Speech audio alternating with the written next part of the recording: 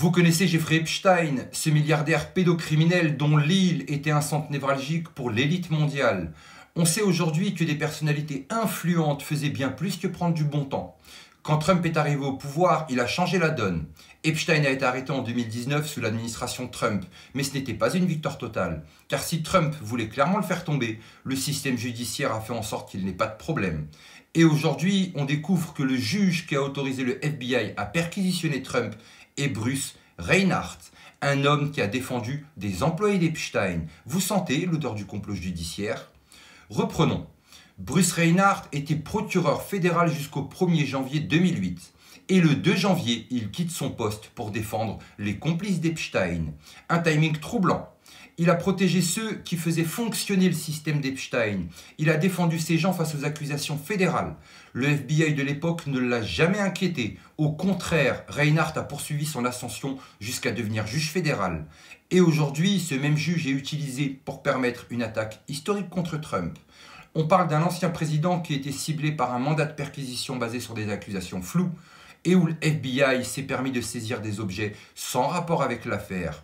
Pourquoi Trump et pas les autres? Parce que Trump veut révéler les noms, faire tomber la machine et purger le système. Regardez la chronologie. En 2019, Epstein est arrêté sous Trump. C'est le début de la panique.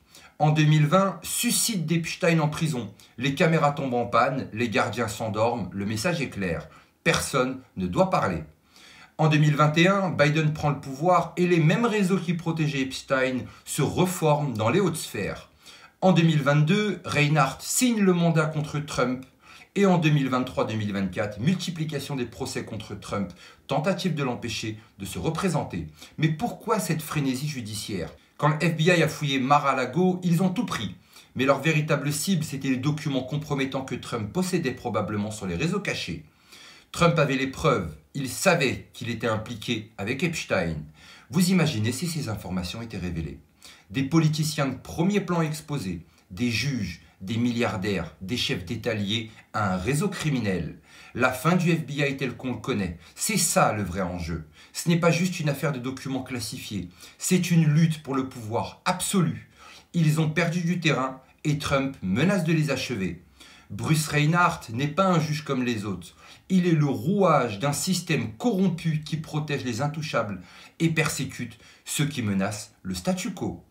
On fait taire Epstein ou pas? Ils ont tenté d'étouffer l'affaire Maxwell, mais avec Trump c'est plus compliqué, d'où cette perquisition politique, d'où ces procès absurdes qui se sont enchaînés, d'où cette panique visible dans les élites. Mais la question est simple, Trump est-il un criminel ou l'homme qui s'apprête à exploser les plus gros scandales du siècle? Dites-moi en commentaire ce que vous en pensez, mais surtout n'oubliez pas, on n'est clairement pas au bout de nos surprises.